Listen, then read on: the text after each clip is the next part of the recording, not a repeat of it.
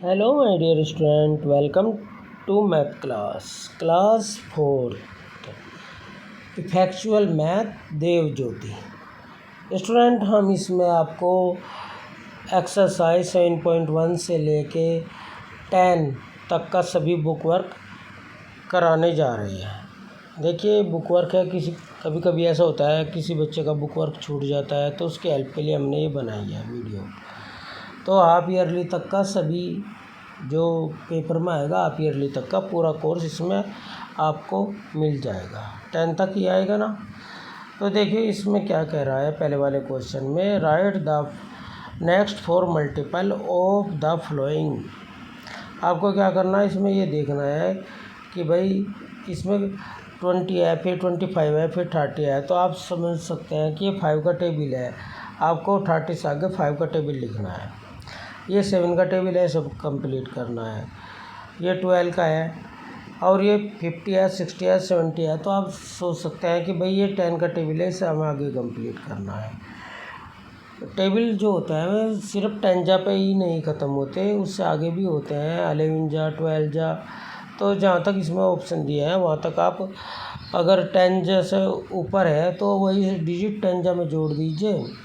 मान लीजिए आप 9 का टेबल बना रहे हैं, 90 पे ख़त्म हो गया, तो उसमें आप 9 ऐड कर दीजिए, 99 होगा तो ये 11 जा हो जाएगा।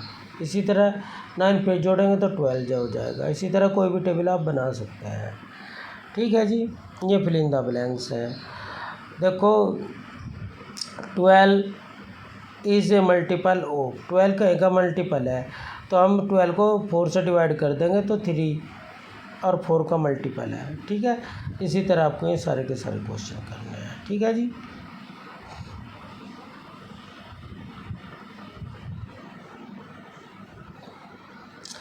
अब इसके फिल इन द ब्लैंक्स हैं। स्मॉलेस्ट फैक्टर 1 होता है, ग्रेटेस्ट नंबर इटसेल्फ होता है, इटसेल्फ नंबर इटसेल्फ या एचसीएफ कह लो, है ना। जिसके 2 फैक्टर हो वे प्राइम नंबर हो कहलाते हैं, और जिनके 2 से अधिक फैक्टर होते हैं कंपोजिट नंबर कहलाते हैं। जिसका एचसीएफ 1 हो वे को प्राइम कहलाते हैं। ठीक है जी। सर्किल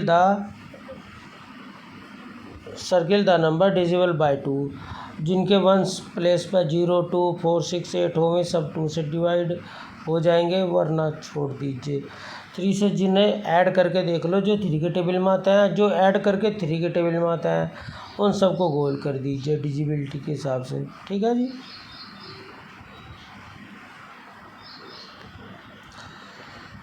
अब ये डिजिबिलिटी बाय 5, जिनके वंस पर 5 हो या 0 हो, में उन सबको गोल करना है। सर्किल अच्छा डिजिबिलिटी बाय 10, जिनके वंस पर 0 हो उन सबको गोल करना है। अब देखिए ये है फ्रैक्शन 8 पॉइंट। जितने शेडेड पार्ट होते हैं यानी कि जिनमें कलर हो रहा है उन्हें ऊपर लिखो, टोटल पार्ट को नीचे लिखो। सब में ऐसे ही करना है। ठीक है जी। अब क्या हुआ, अब इन्होंने फ्रैक्शन दी जो न्यूमरेटर होता है, जैसे इसमें 4 है न्यूमरेटर है, तो 4 जो ये बॉक्सेस होते हैं उनमें हमें शेडेड करना होता है। जो ऊपर लिखा रहेगा जितना न्यूमरेटर होगा उतने में हमें शेडेड करना होगा। ठीक है जी।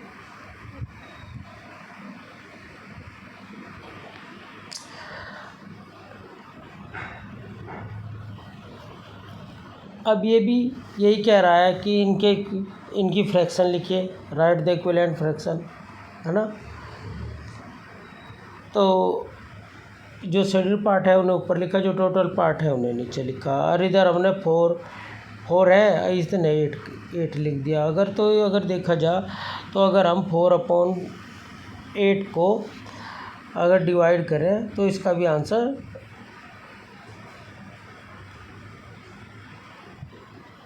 अगर हम इनका एचसीएफ लें तो क्या हो जाएगा। 2 है तो हम इसे 2 से काट देंगे, 2 1 जा 2 और 2 2 जा 4, 1/2 आ गया। 4 1 जा 4, 4 2 जा 8, 1/2 दोनों का 1/2 आ गया। ठीक है जी। ऐसे आपको इन्हें करना है। जितने शेडेड पार्ट है ऊपर नीचे लिखो, और जो टोटल पार्ट है उन्हें नीचे लिख दो।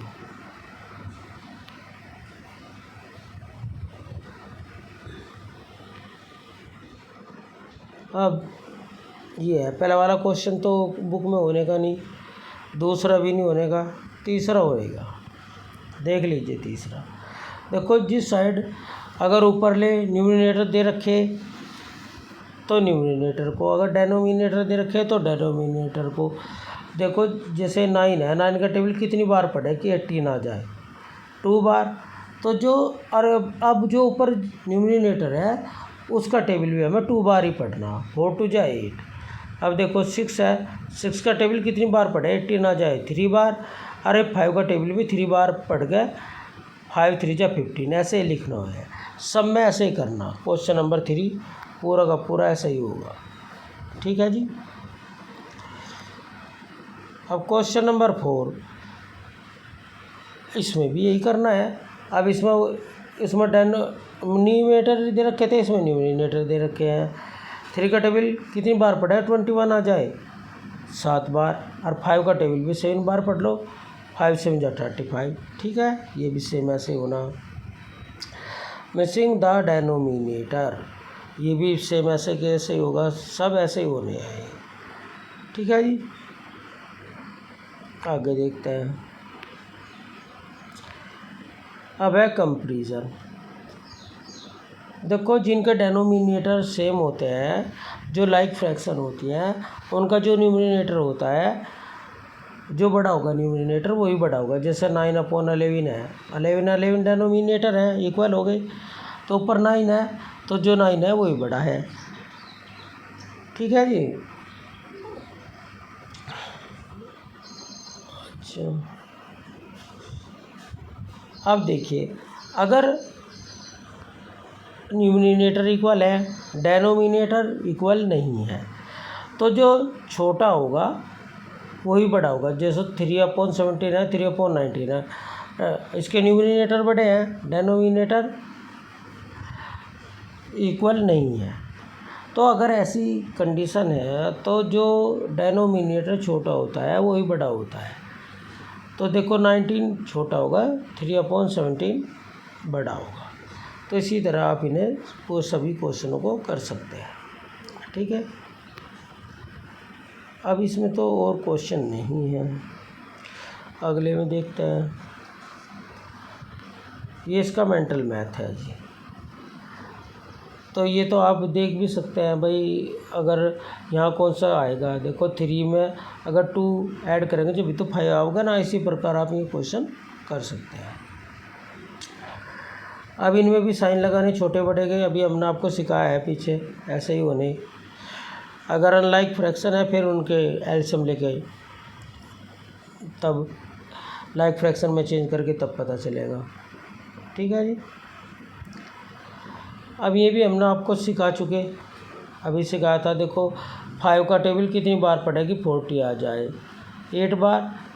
तो 2 का टेबल भी 8 ही बार पढ़ना है, 2 8 जा 16। ठीक है। क्वेश्चन नंबर 4 है, इसमें ये इसमें होने का नहीं बुक में। क्वेश्चन नंबर 5 है, ये हो जाएगा। ठीक है जी, यहाँ से देखा आप इन्हें फिल कर सकते हैं। अब आगे देख लीजिए, अब क्या कह रहा है, right the decimal represented by the shaded portion. पहले शेडेड पार्ट कितने 2 और टोटल पार्ट कितने हैं 10। अब इन्हें करा कि इन्हें डेसिमल में लिख दो। अगर जो भी न्यूमरेटर होता है उसे सेम का सेम लिख कर जितनी जीरो होती है उतने प्लेस पर पॉइंट लगा देते हैं। देखो 10 है तो 1 प्लेस पर पॉइंट लगेगा, है ना।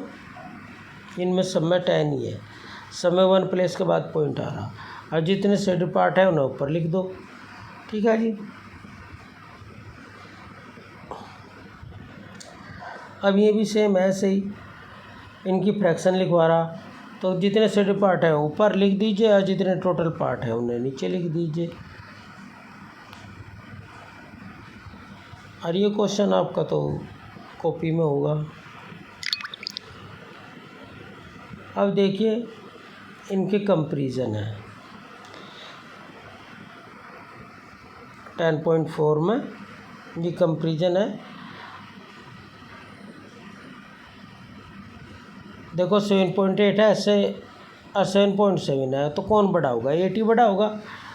दशमलव के बाद वाली संख्याएं छोटी होती हैं। दशमलव से पहले चाहे 1 भी है और दशमलव के बाद कितनी भी संख्या है तो 1 ही बड़ा होगा। ठीक है। पहले आप दशमलव से पहले देखें कि डेसिमल से पहले कोई डिजिट है नहीं, अगर है तो वही बड़ी होती है, और जो दूसरी तरफ नहीं है तो वो छोटी होगी। अगर डेसिमल के बाद कुछ भी हो, और अगर डेसिमल से पहले दोनों साइड हमें पता चल गया कि ये बड़ी है ये छोटी है, तो दशमलव के बाद देखने की आवश्यकता ही नहीं है। ठीक है।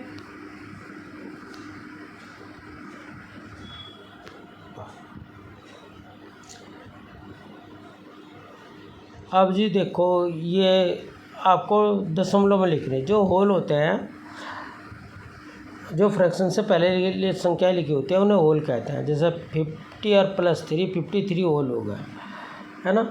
यह डेसिमल ये होल पार्ट है, और जो वन ऑफ फ्रैक्शन पार्ट होते हैं वह डेसिमल पार्ट होते हैं।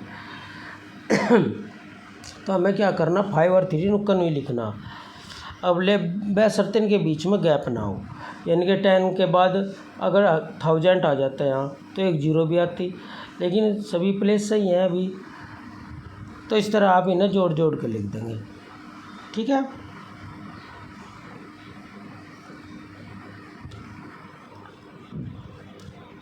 ये कंपेरिजन हमने आपको सिखाई दिए।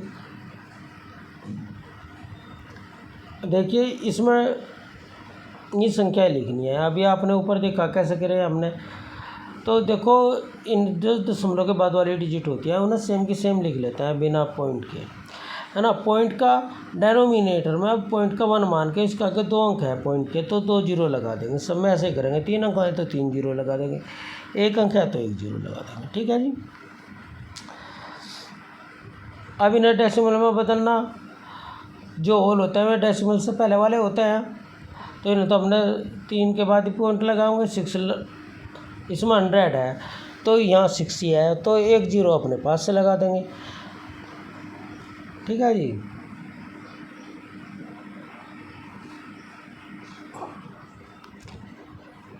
तो भाई ये आपका लेसन 10 तक का बुक वर्क था जो कंप्लीट हो चुका है। Thank you for watching this video.